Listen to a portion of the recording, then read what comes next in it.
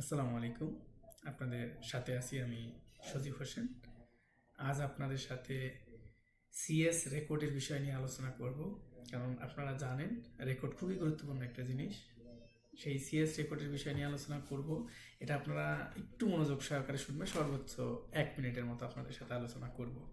জানতে পারবেন রেকর্ডটা কি আসলে। সিএস রেকর্ডটা আসলে 1910 থেকে 1930 সাল পর্যন্ত রেকর্ডটা হয়।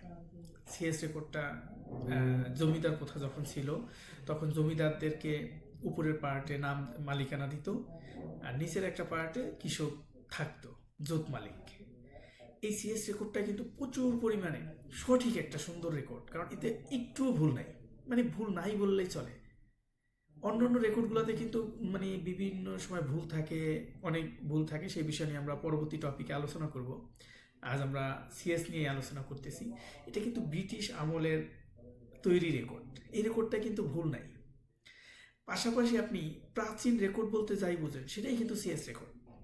সিএস রেকর্ডে জমিদার প্রথা যতদিন ছিল তার আগ পর্যন্ত এই রেকর্ডটা হয়, 1910 থেকে 30 পর্যন্ত। এর পরবর্তীতে আমরা আরও সুন্দর সুন্দর টপিক নিয়ে আসবো। সিএস রেকর্ড কি, এস এ রেকর্ড কি, আর এস রেকর্ড কি, বিএস রেকর্ড কি, এইরকম সুন্দর সুন্দর ভালো কিছু টপিক পাবেন যদি আমার সাথে থাকেন। ধন্যবাদ।